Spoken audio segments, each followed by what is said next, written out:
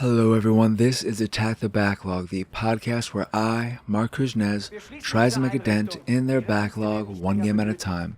This is episode 25, Wolfenstein: The New Order, a first-person shooter set in the Wolfenstein universe. I know, big surprise there, which is a soft reboot for the series and developed by Machine Games, a studio created by 7 former Starbreeze employees, which is part of why I was so excited to finally get around to this game. However, one character is carried over from the 2009 Wolfenstein game, which was developed by Raven Software and was a direct sequel to Return to Castle Wolfenstein, though that's not entirely true. There are technically 2 characters who are carried over because you are still playing as BJ Blazkowicz. So in addition to BJ carrying over, and who doesn't like a BJ that carries over?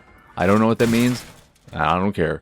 But in addition to good old BJ, Caroline Becker is also in the New Order, and she was introduced in the 2009 Wolfenstein game. In the New Order, she's in a wheelchair now, which I guess was something you learned about in the 2009 game. It's been, 10 years since I played that game, so I don't remember the story of that one, but she's in this game. She starts off in a wheelchair. I read up on it and looked into her character, and that's the only reason why I even knew she was in the game from 2009. But also, I found out that apparently at some point in the New Order, the game that I'm talking about, the game that I played, she got into a power suit and could walk thanks to this power suit and was also super strong, and I just don't remember that. But that is rather telling of the game's story and how little interest I had in it. I found so little of it to be engaging, and part of that is because it takes itself so seriously and doesn't have nearly as much fun as I would like it to have and what I was expecting it to have as well. I thought it was going to be a fun, silly, over-the-top, ridiculous ride, and it wasn't. It can be very melancholy at times, and it's just too serious. However, I've heard from plenty of people that the new Colossus is very crazy and ridiculous, so I'm excited to eventually get to that, but I was surprised by how little I cared about the story. And part of that surprise is coming from the fact that this was developed by Machine Games, and as I said, they are a studio formed by former Starbreeze employees. And if you don't know what game Starbreeze made, Starbreeze is the studio responsible for the Chronicles of Riddick, Escape from Butcher Bay, and the follow-up game Dark Athena, as well as the Darkness. And those are games I adore. I love those games. And a big part of why I love those games is because of the story. The gameplay in both those games, at least the shooting, is alright. There's significantly less shooting in the Chronicles of Riddick. That's much more of a melee game.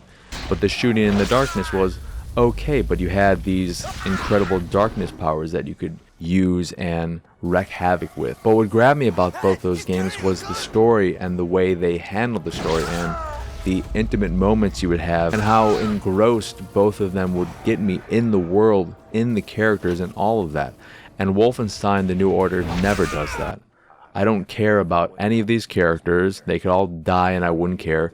In the very beginning of the game, you make a choice whether to save a young recruit or a veteran who's been your buddy for a while. I went with the veteran because I didn't really care or anything. I just figured, oh yeah, you've known BJ for a while, so I guess I'll just stick with you. So you also kind of look like that actor who played House, so I'm gonna go with you. And that choice meant nothing to me, and I'm not sure how much of an effect it has on the story and the way scenarios play out, because there are 2 timelines. There's the timeline with old dude and the timeline with young dude. So there's a potential that the game could play out very differently depending on who you end up saving. The only thing I noticed was that at one point, old dude got very upset about you picking him. He was like, I'm old, man. Why'd you do that? The young guy was young, and he was cool, and he was a survivor, and you just let him die. Oh, woe is me. And then at the very end, you're fighting this giant robot, and it's controlled by young dude, or at least his brain. There's no body or anything, not even his head, just his brain. And you might have destroyed it, I don't remember, because this game is so forgettable, and that is kind of heartbreaking. And it starts with the story, but the story is whatever. The game doesn't need to have a great story if the gameplay is fun, and that is where Wolfenstein The New Order falls apart the most. I found the gameplay of The New Order to be unbelievably boring. The shooting felt okay at best. There are way too many stealth sections, and the stealth feels terrible. It's not like playing Riddick where you're constantly finding ways to turn off the lights and stalk your enemies in the darkness with your night vision eyes. It's very basic, boring, horrible stealth that happens far too often in the game. It's not like there's one section where you have to be stealthy, where you have to break out of prison or something along those lines, and the rest of the game is action-packed. No. There are plenty of moments where you have to be stealthy, and moments where you can be stealthy if you want. You can take out these commanders or whatever who broadcast signals, and if you take them out, they won't bring in reinforcements.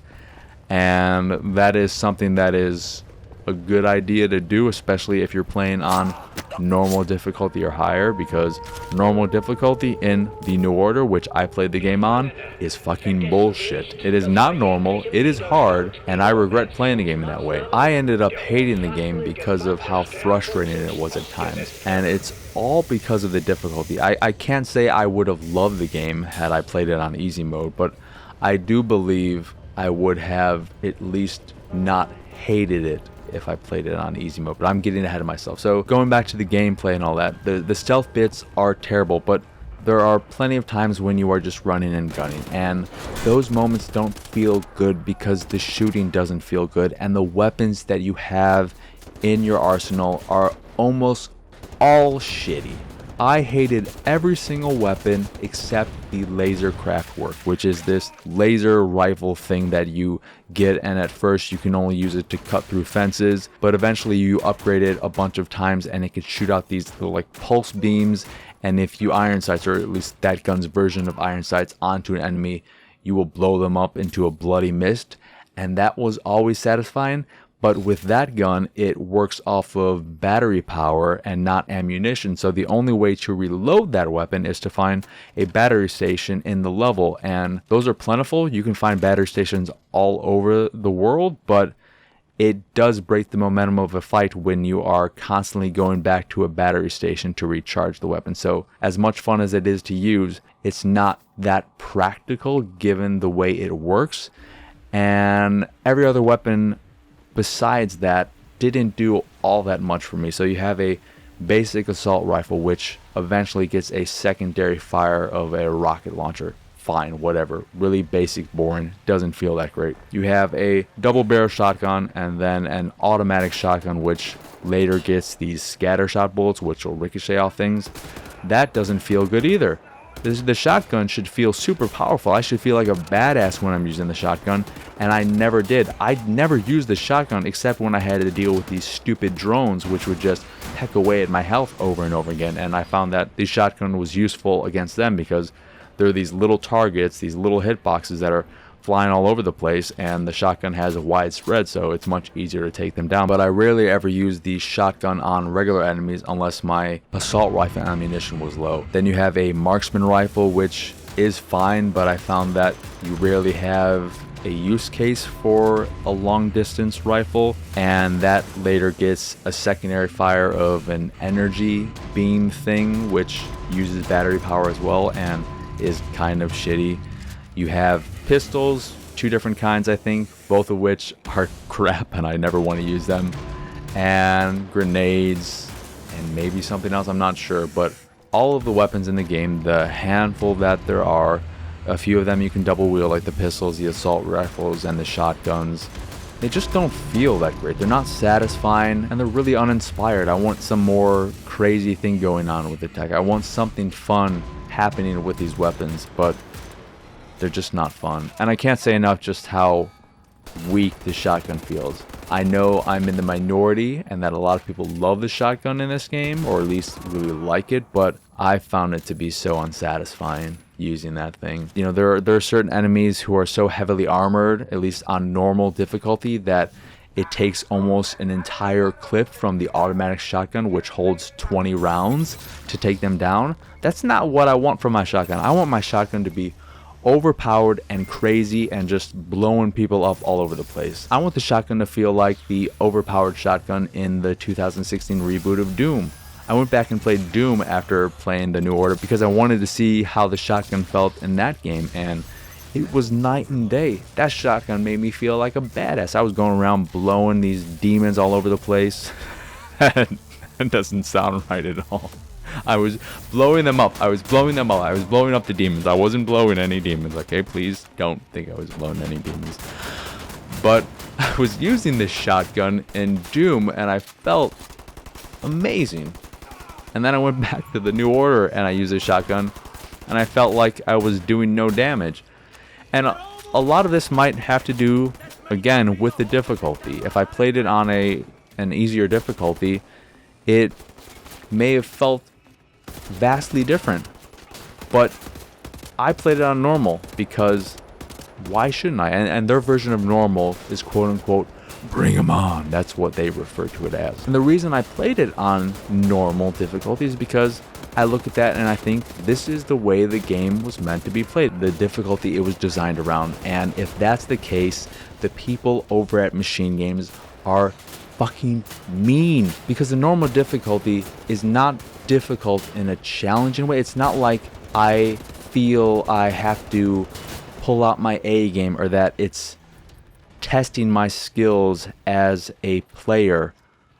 I just get the sense that they are amping up the bullshit, making enemies take way more bullets than they should, and having them do way more damage than I would expect, and throwing me in these scenarios where I am bombarded with enemies from all directions and I'm just getting wrecked all over the place. And then when I think all the enemies of an area are cleared out and the music stops and I assume, okay, all the enemies are gone, a few just pop out of nowhere. And the worst moment in this game where I had to deal with this shit was at the end of chapter 10, the Berlin Catacombs, where you have to get on this train and make a getaway. You have to steal this train from the Germans, and I got bombarded with all these enemies.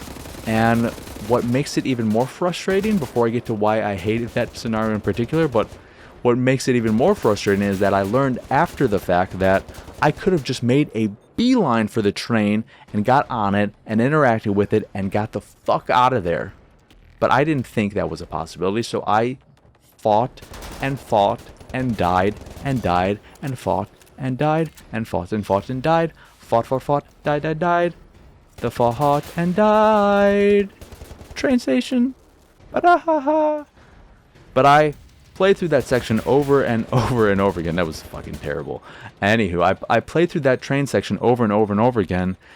And what made it so challenging is that they had a lot of regular enemies, but then they also had these super powered giant mech dudes. And at first, only one rose up out of this container on one of the trailers. And then after I took him out, I think 2 or 3 more popped out of other containers.